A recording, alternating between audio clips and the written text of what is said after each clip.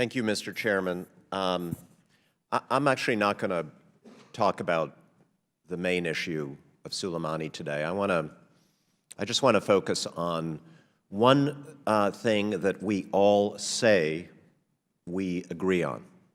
We all like to think we agree on, and that is our support for the people of Iran who are struggling against this dictatorship, struggling for freedom, the people of Iran who are saying that they want to be part of the world, particularly the younger people, the people of Iran who show their sentiments by refusing to walk over an American flag because they realize that that's just dumb propaganda from their regime, and again, they want to be part of the world and they want to be connected to us.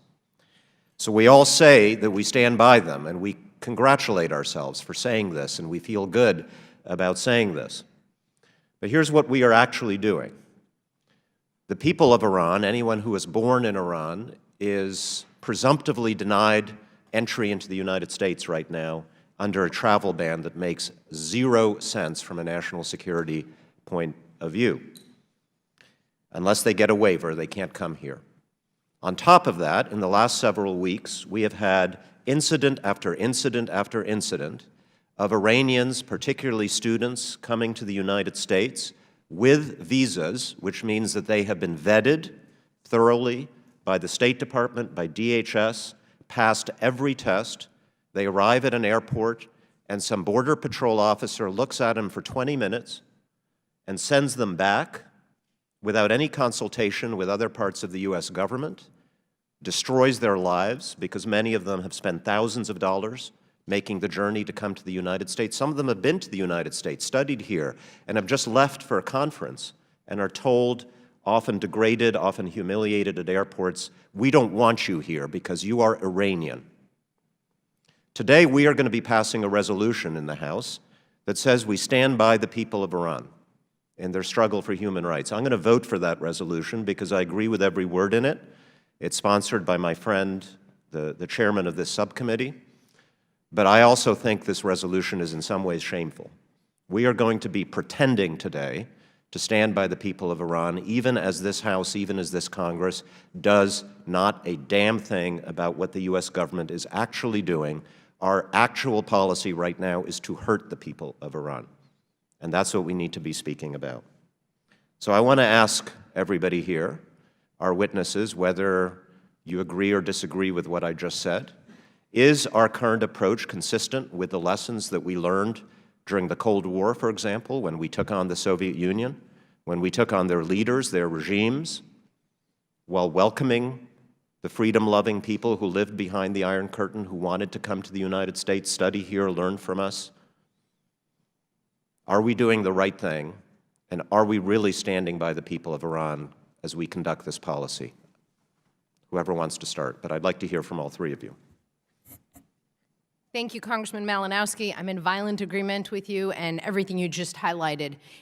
If this were our priority, we would be emphasizing every day how corrupt the regime is. We would be facilitating internal communication. We would be bringing Iranians here. We would be finding ways to engage the Iranian people, and we would have clarity on our messaging.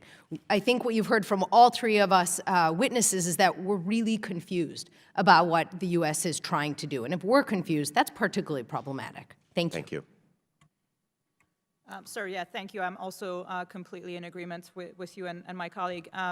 In addition to the travel ban and, of course, all the issues you highlighted at the border, there's also the humanitarian impact of sanctions that we should be thinking about. Yes, sanctions are designed, hopefully, to impose a cost on the regime, but there are reports about issues pertaining to the shortage of medicine and medical equipment and goods in Iran. So the average Iranian is also paying the price for the regime's malign activities and policies, and that's something else that we should also be thinking about. Thank you. Well, you know what I think about this. I do agree with you. I think restrictions on cultural visits and on educational visits by Iranian students and others is self-defeating.